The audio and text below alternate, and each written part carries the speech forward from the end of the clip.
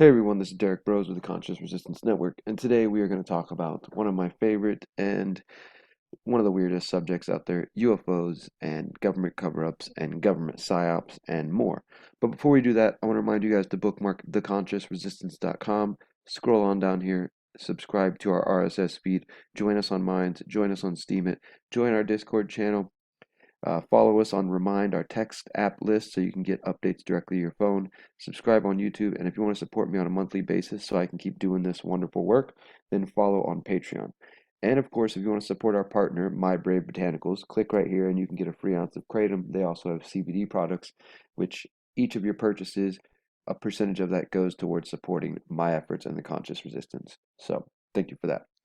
All right. Now, I don't know if you guys have noticed, but in recent months, really in the recent years, the last year to be specifically, there's been this huge increase in reports on the potential for UFOs. When it came out in the New York Times that it was revealed that the Department of Defense, the Pentagon, was finally confirming that they do have a division that researches UFOs, and they actually released a couple different UFO videos. Some of you may remember this. And this has actually led to a couple of different things. For one, a new TV show from the History Channel called Unidentified, uh, and it's basically the media's version of get to meet the inside people who have been researching UFOs for decades and for a number of years, and now these people are choosing to come out and to speak about it and blow the whistle. And those some of those folks, let me see if I can show you real quick, are involved with the To the Stars Academy, which is something that I don't really trust that much. Not only because, well, the main guy leading it is the guy from Blink 182, Tom DeLonge, and I don't know, it just seems like such a odd story that this former pop punk star decides to follow his passion for UFOs and then recruits all these former military people to come join his team to start exposing the truth about UFOs. I don't know. For me, it just plays too much into the hands of the idea of a controlled opposition of disclosure.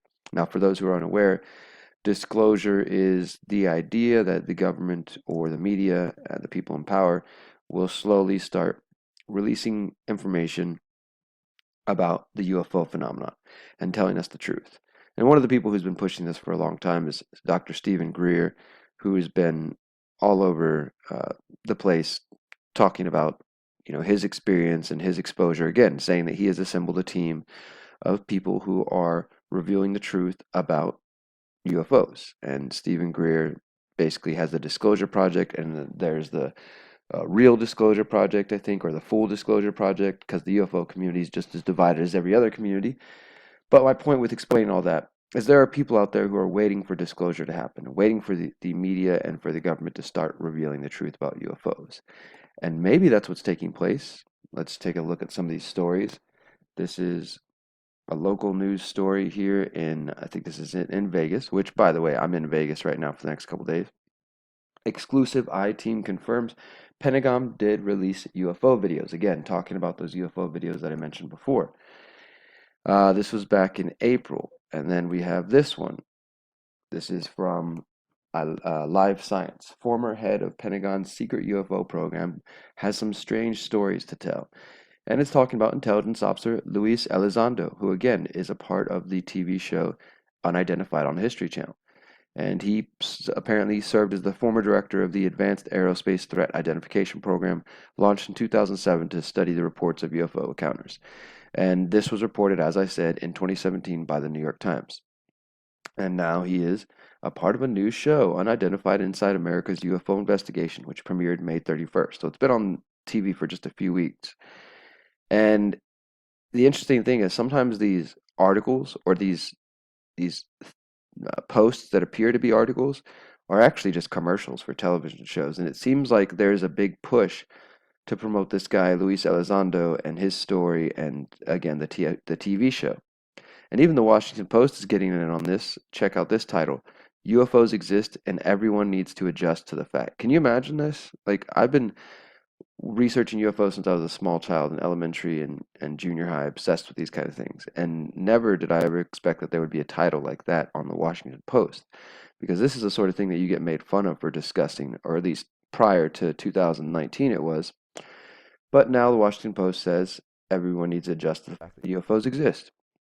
Then we have this one from CNN Espanol.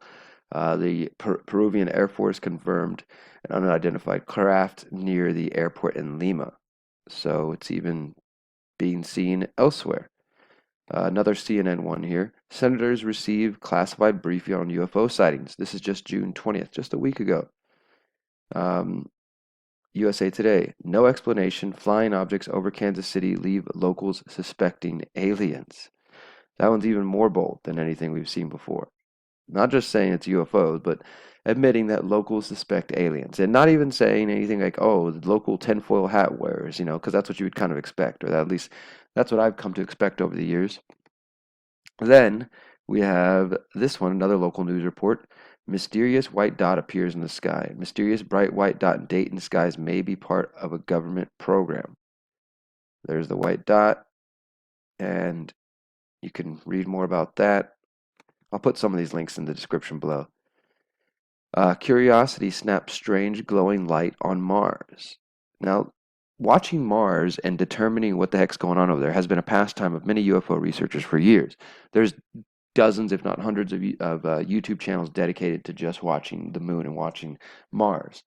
But although IFL, I fucking love science, is not really a mainstream publication, just the fact that any kind of science website is willing to post something like this, I think shows that we're in a different era.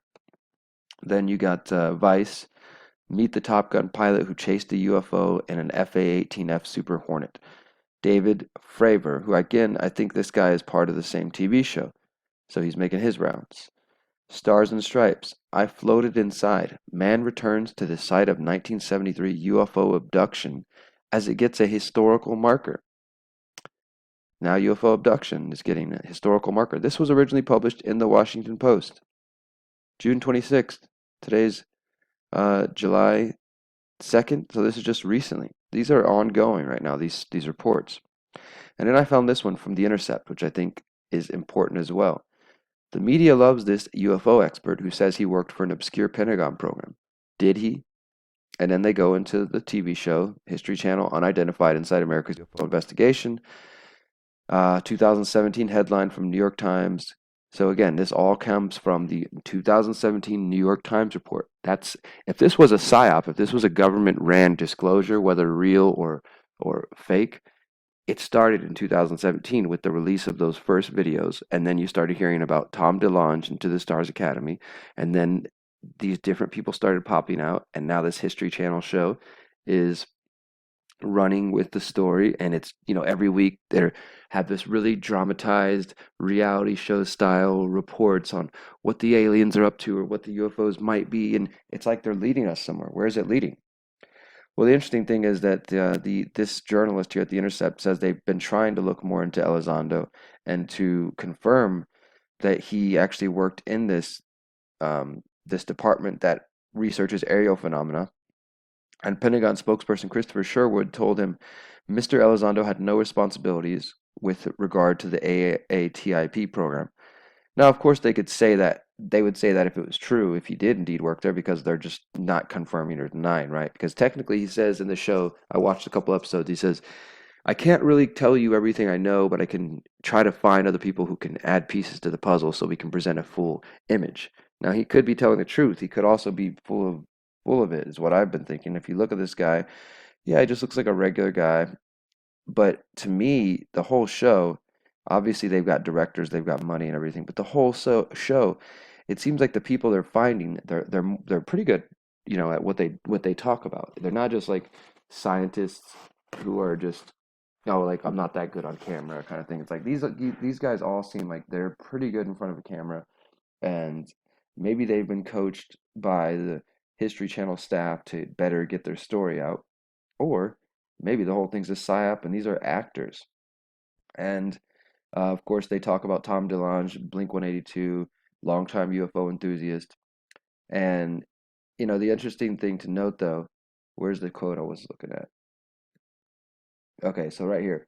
Is Elizondo on the lookout for aliens or a bad guy from his old spook life? Because he is an agent of the government, working in clandestine programs. Like, is this guy really somebody we can trust? Is there really anybody from the U.S. government we can trust? On one hand, I would say, cool, it's good whenever people from the U.S. government want to come out and say, hey, this is what I knew, this is what I had a part in, and now I'm leaving the government and I'm going to expose it. But I don't know that we can really trust them. This is why I question this, and I recommend reading this article at the very least. I'll post this one below. Um, I worry about a fake disclosure program. Now, look, the reality is I think that UFOs are real. I think that aliens are real. I think that it's impossible. If space is real, if what we look up, those stars are real, and I'm willing to question that even, but if they are indeed real, then the the fact is that there's going to be life out there, extra dimensional life, other planetary life, other life forms we can't even imagine, coming in forms we can't imagine, with technology we can't imagine. It seems pretty basic to me. Uh, but the crux of the matter is, how long has the government known this? Some people say after World War II, after nukes started to be used, governments started to get in contact, like Eisenhower started to get in contact with UFOs and with alien life, and they've started to get technology, which has led to a lot of the advancements we see and a lot of the advancements that the military hides from the people. Others say the whole thing is fake and that this is all just a psyop, and there's that quote from Reagan about how people would put aside their petty differences if we had a threat coming from, some greater force, like an unseen threat, not just terrorism, but maybe alien life from another planet, that the world would unite together against this unseen threat. And that kind of plays into a theory that is known as Project Bluebeam. This idea that there would be a faked alien invasion controlled by the people in charge that would use all kinds of technology and maybe even real craft to fake an alien invasion in order to freak people out and in order to rally them together as one world to fight off this alien threat. And we successfully fight off the alien threat, whether real or imagined. Some people think, oh no, the good aliens are coming here, and the bad people in charge of Earth are going to tell us that they're coming for us, and so we're going to fight them off, and yada yada yada. Like, again, I'm kind of getting into some theory here, and I understand that this isn't hardcore journalism based off complete facts, but we're analyzing what other people are now telling us is a reality. And so the theory goes that the world will unite against this alien threat, whether real or imagined, whether real or imagined and faked using all kinds of existing technology, holograms, voice to skull technology, etc., in order to unite the world as one world, one government against this united threat, and that could be the beginning of what people have long feared is the New World Order. Now, that's quite an imaginative theory. I recommend everybody looking into Project Bluebeam. Serge Menast, and of course, Bill Cooper wrote about it in Behold the Pale Horse, and come up with your own theories. But at the very least, I think we can say, like, wow, look at all these different headlines. This has never happened before. This is new that so many outlets are talking about these things, and not including tinfoil hat in the headline. But it's just something I wanted to share with you guys. Like I mentioned, I'm on the road here in Las Vegas. I told you guys I was going to be coming to Vegas to do some journalism. If you haven't seen this video, here's how you can help me crowdfund investigative journalism. Check that out. I'm doing a report on the Western Shoshone fight against the Yucca Mountain site, nuclear waste site. And thanks to some supporters out there, I think we're going to get back to documentaries very quickly here. And I did receive all the emails from people who are interested in editing. I will be responding shortly. And I'm also doing some vlogging, so you'll get to see kind of behind the scenes of my trip once I get home and edit that up. But in the meantime, guys, thank you so much for the support. We hit 30,000 subscribers. Let's see if we can push it past that. It's taken me since October of last year. We went from 8,000, now we hit 30,000. So we've tripled in less than a year. That's pretty cool, but I know we can do better. So please keep sharing my work, keep inviting people to check it out, and thank you so much for the support. Until next time, remember, you are powerful. You are beautiful, and you are free. Peace.